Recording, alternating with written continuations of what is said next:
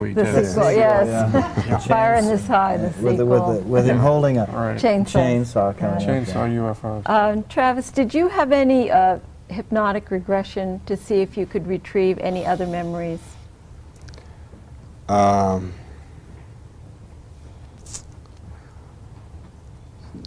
did undergo regressive hypnosis, but it wasn't really with the idea of retrieving memories. Well, the main thing that was achieved there was to just allow me to relate what had happened without so much of this fear, so that, you know, because up to that point I had been just so traumatized that every time I tried to talk about it, I'd break down, and you know, I hadn't really gotten the whole story out before that.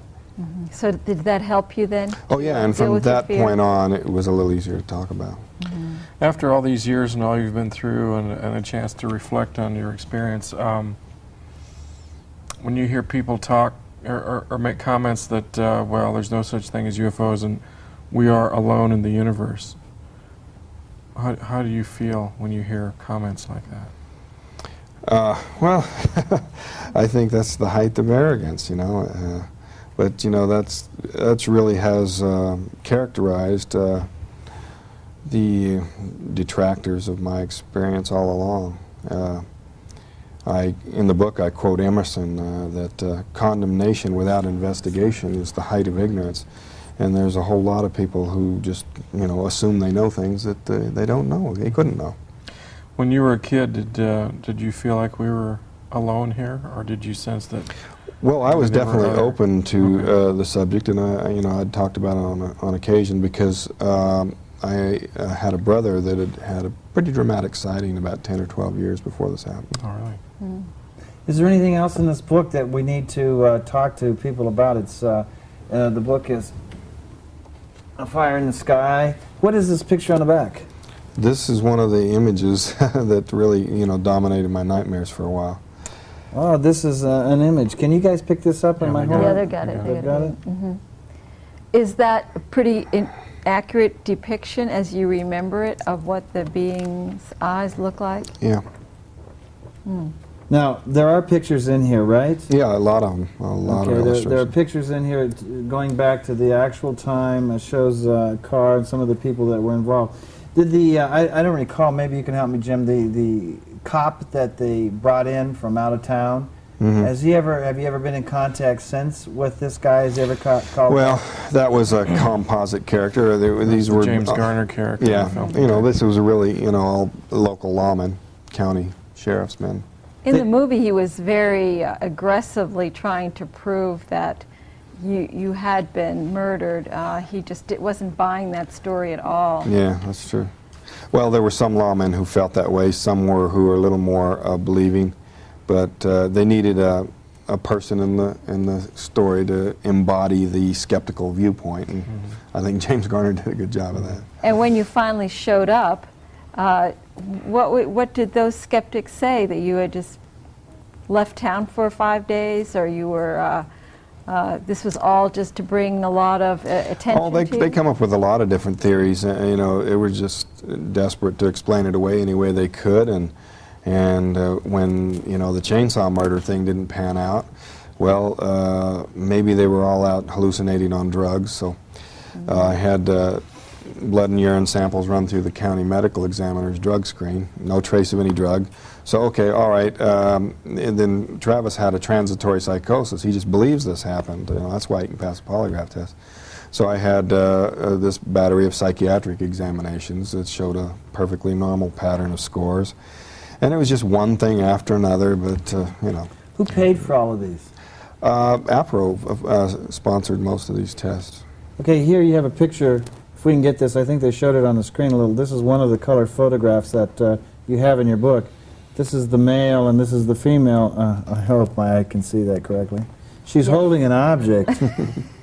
Got your genders right, Tim. Yeah. Yes, you're doing very well. Am I? All right. Yeah, it looked like an oxygen mask, except it had this black ball hooked to it rather than a hose or a tube of any kind. So when you woke up on that table, you didn't have any tubes or hoses or needles or anything stuck into you. You were just laying there with this bar across your chest? Is that? Yeah, you know, it wasn't a bar. It was a, I don't know what it was, but yeah. Was it touching you? Was it on top of your body? Or was it above your body? My shirt was pushed up, and this was actually laying on me. Did you have any growth, beard growth after that? Yeah, I had probably what would be a 5-day growth of beard. After all was said and done with the deputies who investigated the case, the ones who were grudgingly skeptic about it all, did they come around and finally admit that they felt that something extraordinary did in fact happen to you, or did they stick close to their skepticism? Well, they became very conscious of the need to be non-committal. I think most of them are just won't say. I've heard that privately some of them are believing, but they don't want to say so publicly. They'll just say, you know, something happened. At any point were you approached by people from the intelligence community, Air Force, any kind of federal? Oh yeah, there was a couple of individuals that I describe in the book that had connections in that regard, and there was some pretty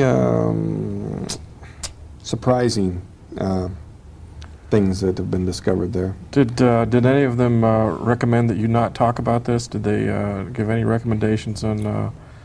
The implication was there, but there was no overt, you know, you be quiet because we're from the government and you better not say anything, you know. It wasn't like that. But the message came through.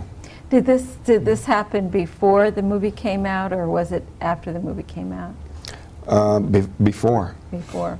So once the movie was out, there was nothing keeping that I that know story of. quiet. You know, was Tracy Torme, didn't he approach you about just about 5 years after the incident, and it's taken almost 15 years to bring the movie out? Well, actually, it was over 10 years. I received a lot of offers and things for movies, but I was just never impressed with what I thought was afoot, and it was, you know, Tracy was the first one to talk me into it. So now that you've had a movie made and 2 books out of it, you're living in a mansion in Hebert, and you're driving 2 cars. I'm living in my same 3-bedroom house, and I work regular hours at a regular job. Parked out in the, No, I would say that if I had to judge the financial impact of this thing overall on me, I would have to say it would be negative. Yeah.